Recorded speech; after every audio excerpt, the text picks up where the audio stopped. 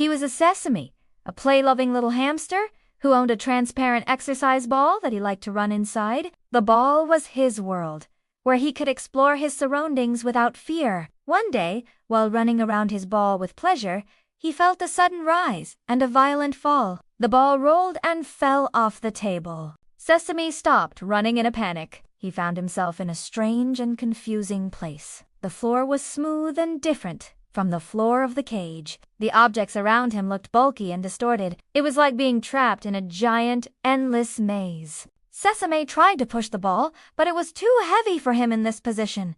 He began to feel despair and fear. He heard strange sounds coming from afar, and they seemed to him like the voices of monsters speaking in an incomprehensible language. Sesame began to roll randomly, hoping to find a way out. He passed through dark tunnels under the sofas, climbed dangerous slopes. He felt lonely and lost in this strange world. At the height of his despair, Sesame saw a glimmer of light on the horizon, renewed hope in his little heart. He began to push the ball with all his might towards the light. The journey was difficult, full of obstacles and unexpected pitfalls. As he got closer to the light, he heard a familiar voice. Sesame pushed the ball with the last of his strength until he reached the edge of the light. Sesame saw a giant and smiling face overlooking him. The ball was carefully lifted, and Sesame was returned to his safe cage. Sesame breathed a sigh of relief, feeling grateful that he survived the scary maze. This experience taught him that the world outside his cage is big and scary, and that home can become a terrifying place when you are very small and lost. Since that day,